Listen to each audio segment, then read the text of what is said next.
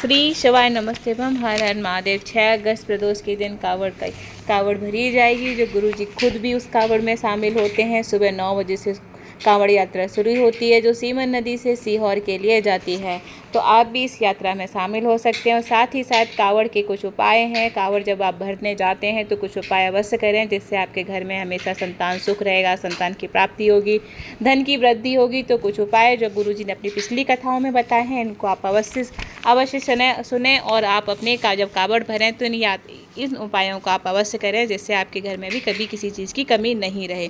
पहला उपाय जो गुरुजी ने बताया है, जब कावड़ भरते समय कुछ लोग लकड़ी में कलश लटकाते हैं और कुछ लोग नहीं लटकाते हैं, अपने गले में ऐसे ही रस्सी बांधकर लटका लेते हैं। तो गुरुजी ने बताया कावड़ का एक नियम होता है, अगर कहीं आप विश्राम के लिए रुकते हैं तो कावड़ को थोड़ा ऊंचाई पर रखते हैं, इसे ज़मीन पर ना रखें और ध्यान रखें उससे कोई जीव जंतु खराब ना करे।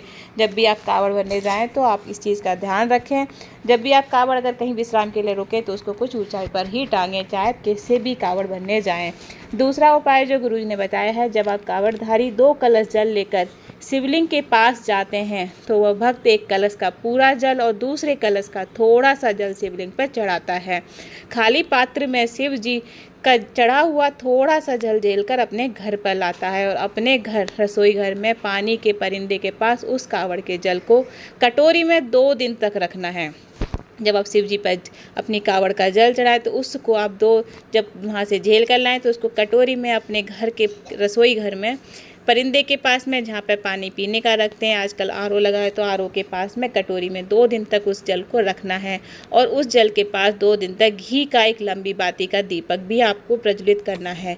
2 दिन बाद उस जल को आप किसी भी पौधे अपने घर की क्यारी में डाल सकते हैं, जिससे आपके घर में कभी कोई रोग नहीं होगा, कोई बड़ी बीमारी नहीं होगी और उससे आपके घर में धन संपदा की भी वृद्धि होगी।